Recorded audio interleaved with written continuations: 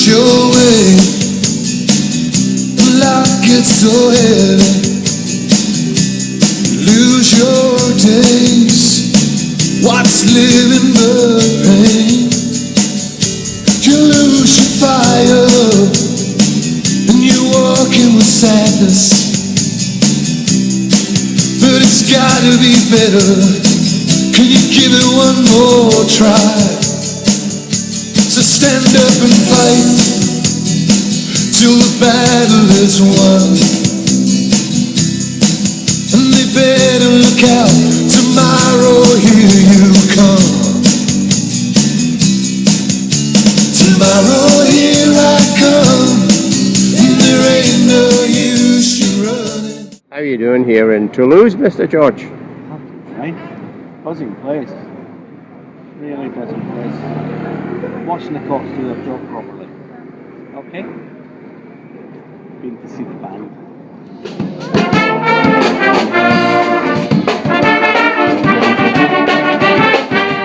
Johnny Boy was sitting in the chair of a namesake, having a coffee. I went to the square where our hotel is located, looking for George, and I found him chatting up a beautiful young woman. I'm Charlotte in Toulouse, and I'm really happy to meet you. It's good to meet a man, travel man. Alors, qu'est-ce que le bobo? Oui. Le bobo, c'est le bourgeois bohème. C'est celui qui a de l'argent, mais qui aime plus la culture que l'argent. Voilà. Et vous, vous aimez quoi?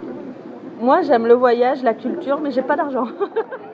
This is a fabulous city. It's so diverse, so many interesting quarters. I was here a few months ago at night time, and this was an empty square. It was absolutely fantastic. Buildings brilliant, lots of light. It's it's Friday afternoon. It's a market square, a traditional market square. Couldn't get any better. 3 flags, 2 really good ones.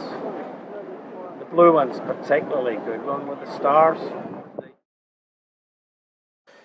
Near to our hotel, we found this colourful building, La Dernière Chance. Would you say that describes you, George?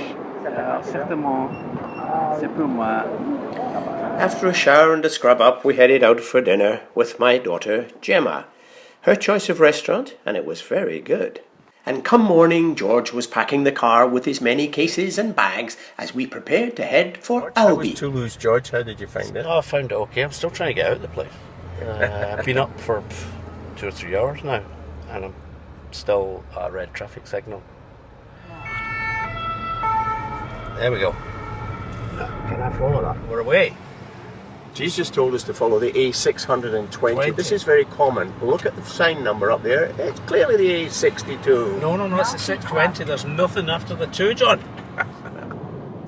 We're just recalling our days as students. Oh, for goodness sake. And You told me you wouldn't speak about that. now, I'm not going to tell you about George's seedy past as a student. But in my seedy past, I didn't have a seedy past. I was a very well-behaved, studious student. Not at all what you're supposed to be. I mean, you go away to colleges and universities to have fun, to experience life, to shag endlessly, drink endlessly, get drunk, throw up in your best friend's shoes. I didn't do any of that. Maybe I'm not normal. You still owe me a pair, right? Shoes, that is. The allure of the amazing Mio Viaduct was too good to miss. Then we drove along the valley of the Tarn, heading for the beautiful red brick city of Albi, famous for its cathedral and Toulouse-Lautrec.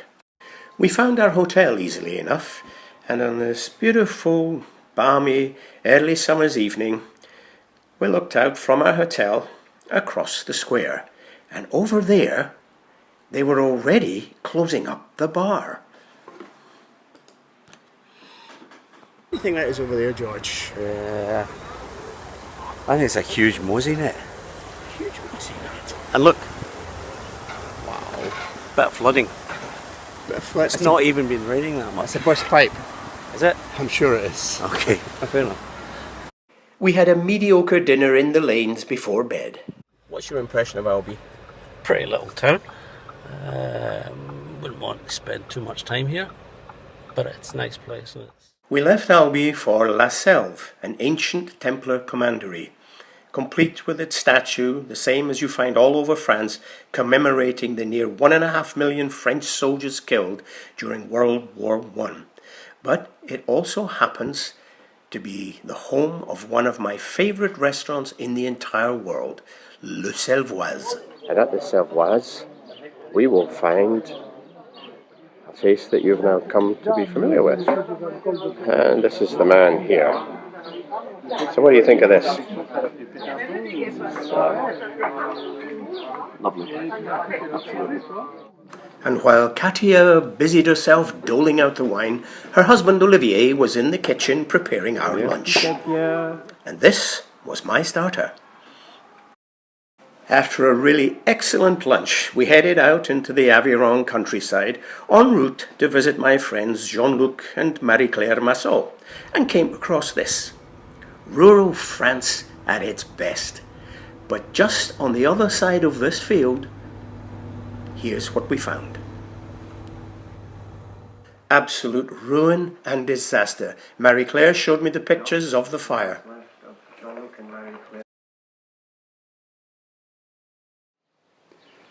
Well, this is what's left of Jean-Luc and Marie-Claire's barn.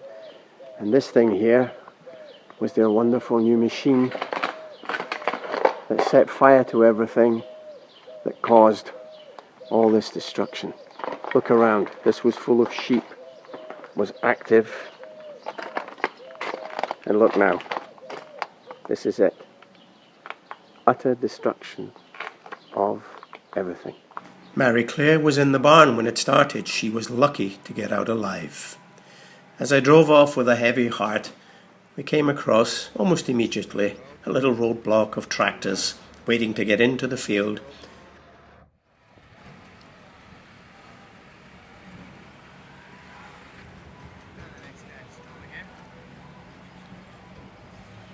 And I wondered as I watched them what would happen to my friends, a lovely family. Life can be cruel. But we had to get on to Spain, and that meant the Pyrenees and snow. Look at this. look at this. Snow as far as the eye can see. And here it is, piled up. But we were heading for the gorgeous sunshine of Benicarló and a well-earned drink. But immediately I was asked a question. ¿Dónde está George?